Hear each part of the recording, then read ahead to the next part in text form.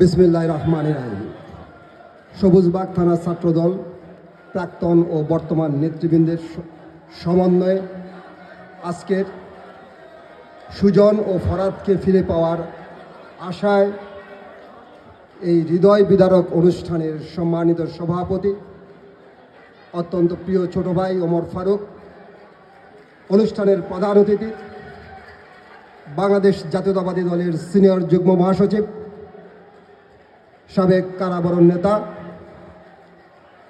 দেশনেত্রী বেগম খালেদা জিয়া ও তারেক রহমানের অত্যন্ত আস্থাভাজন অ্যাডভোকেট রুহুল কবির রিজভী আহমেদ, অনুষ্ঠানে উপস্থিত সাংবাদিক ভাই ও বোনেরা, আসসালামু আলাইকুম। এই অঞ্চলের নেতৃবৃন্দকে আমি প্রথমেই ধন্যবাদ জানিয়ে আমি আমার সংক্ষিপ্ত বক্তব্য শুরু করছি।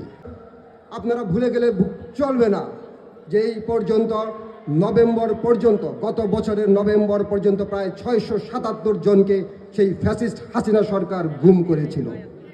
শুধু তাই নয়, 2699 জনকে বিচার বহির্ভূত হত্যাকাণ্ড তারা ঘটিয়েছিল। কি ঘটেছিল?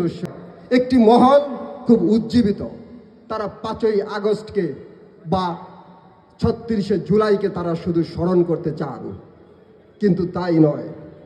আমি স্মরণ করছি এই পর্যন্ত গণতান্ত্রিক আন্দোলনে যে সকল ভাইয়েরা গুম হয়েছেন, যে সকল ভাইয়েরা শহীদ হয়েছেন, কিংবা যাদের রক্তের বিনিময়ে এই গণতন্ত্র উজ্জীবিত হয়েছে, কিংবা সেই ফ্যাসিস্ট সরকারকে যারা বৈষম্য বিরোধী আন্দোলনে যে সকল ছাত্র জনতার ভাইয়ের রক্তের বিনিময়ে এই দেশ দ্বিতীয়বারের মতো স্বাধীন হয়েছে।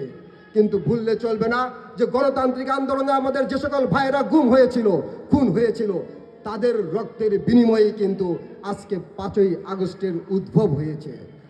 বক্তব্য শেষ করছি। আসসালামু আলাইকুম। ধন্যবাদ রফিক ভাইকে। সংগ্রামী সাথী ও বন্ধুগণ,